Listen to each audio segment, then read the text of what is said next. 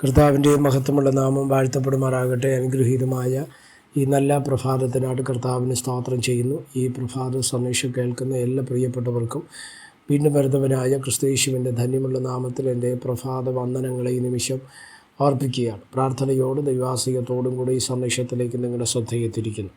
Philippi ലേഖനം 2-ാം അധ്യായം അതിൻ്റെ 2-ാമത്തെ വാക്യം. നിങ്ങൾ ഏക മനസ്സുള്ളവരായി, ഏക സ്നേഹം പൂണ്ട്, ഐകമത്യപ്പെട്ട്, ഏകഭാവമുള്ളവരായി ഇങ്ങനെ എൻ്റെ സന്തോഷം പൂർണ്ണമാക്കുവിൻ. ഈ വാക്യങ്ങൾക്കാണ് ദൈവത്തിന് സ്തോത്രം ചെയ്യുന്നു. ഫിലിപ്പിയ സഭയെക്കുറിച്ച് പൗലോസ് അപ്പോസ്തലൻ ആഗ്രഹിച്ച ഒരു ആഗ്രഹ പ്രകടനമാണ് നമ്മളിവിടെ വായിപ്പാൻ തക്കവണ്ണം ഇടവരുന്നത്. ആ വാക്യത്തിൻ്റെ അവസാന വാക്യം ഇങ്ങനെയാണ് പറയുന്നത്: എൻ്റെ സന്തോഷം നിങ്ങൾ എന്ത് ചെയ്യണം? പൂർണ്ണമാക്കണം. എന്തായിരുന്നു പൗലോസിൻ്റെ ഹൃദയത്തിലുള്ള ആഗ്രഹം എന്ന് ചോദിച്ചാൽ അവിടെ പറയുന്ന ആദ്യ ഭാഗങ്ങൾ ശ്രദ്ധിക്കുക.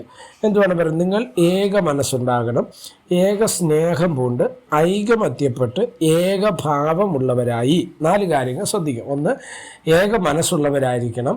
അടുത്ത് ഏക സ്നേഹമുള്ളവരായിരിക്കണം. 3, ഐക്യമത്യം ഉണ്ടായിരിക്കണം. 4, ഏകഭാവമുള്ളവരായിരിക്കണം. ഇങ്ങനെ എൻ്റെ സന്തോഷം നിങ്ങൾ എന്ത് ചെയ്യണം? പൂർണ്ണമാക്കുവാനാണ് സ്തോത്ര അപ്പോസ്തലനായ പൗലോസ് ഫിലിപ്പിയ സഭയ്ക്ക് ലേഖനം എഴുതുമ്പോൾ പറയുന്നത്. എന്ന് പറഞ്ഞാൽ അർത്ഥം, ആ സഭയോടുള്ള ബന്ധത്തിൽ ഒരു സന്തോഷം പൂർണ്ണമാകണമെങ്കിൽ ഇത്രയും കാര്യങ്ങൾ അതിനകത്ത് വരണം എന്നുള്ളത് വസ്തുതയാണ്.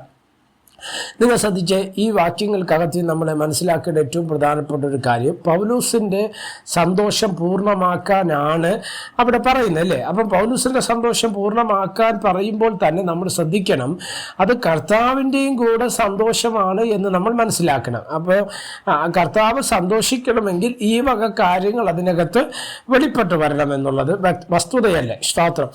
നമുക്കറിയാം, ഈ ഗ്രൂപ്പ് എന്ന് പറയുന്നത്, അല്ലെ, ഒന്നിൽ കൂടുതൽ വ്യക്തികൾ ചേരുന്ന ഒരു പ്രാഥമിക ഇടം എന്ന് പറയുന്നത് കുടുംബമാണ്.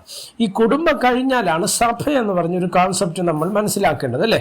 അപ്പം ഈ 2 സ്ഥലങ്ങളിലും, 2 അവസ്ഥകളിലും, 2 സാഹചര്യങ്ങളിലേക്ക് നമ്മൾ ഒരു കുടുംബമെന്നോ സഭയെന്നോ ഒരു കോൺസെപ്റ്റ്, ഈ 2 കോൺസെപ്റ്റുകൾ നമ്മൾ എടുത്താലും ഒറ്റക്കാര്യം നമ്മൾ മനസ്സിലാക്കണം, ഈ 2ഇടത്തും ചേർന്ന് വരേണ്ട ഒന്നാണ് ഈ പറഞ്ഞ 4 കാര്യങ്ങൾ. എന്തോന്ന്?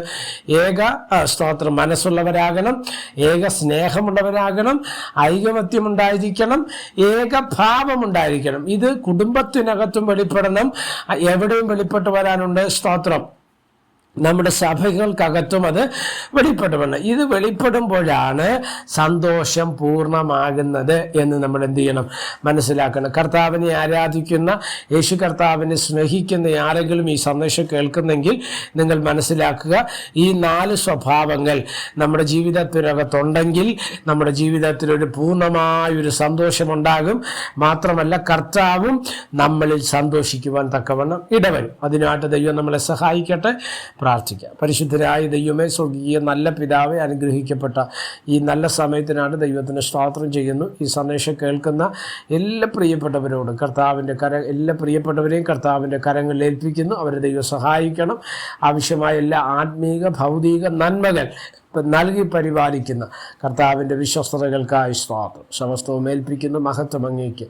യേശു കർത്താവിൻ്റെ നാമത്തിൽ പ്രാർത്ഥനകളെ കേൾക്കണം. സ്വർഗീയ നല്ല പിതാവേ, ആമേൻ. എല്ലാവരെയും ദൈവം അനുഗ്രഹിക്കട്ടെ. God bless you.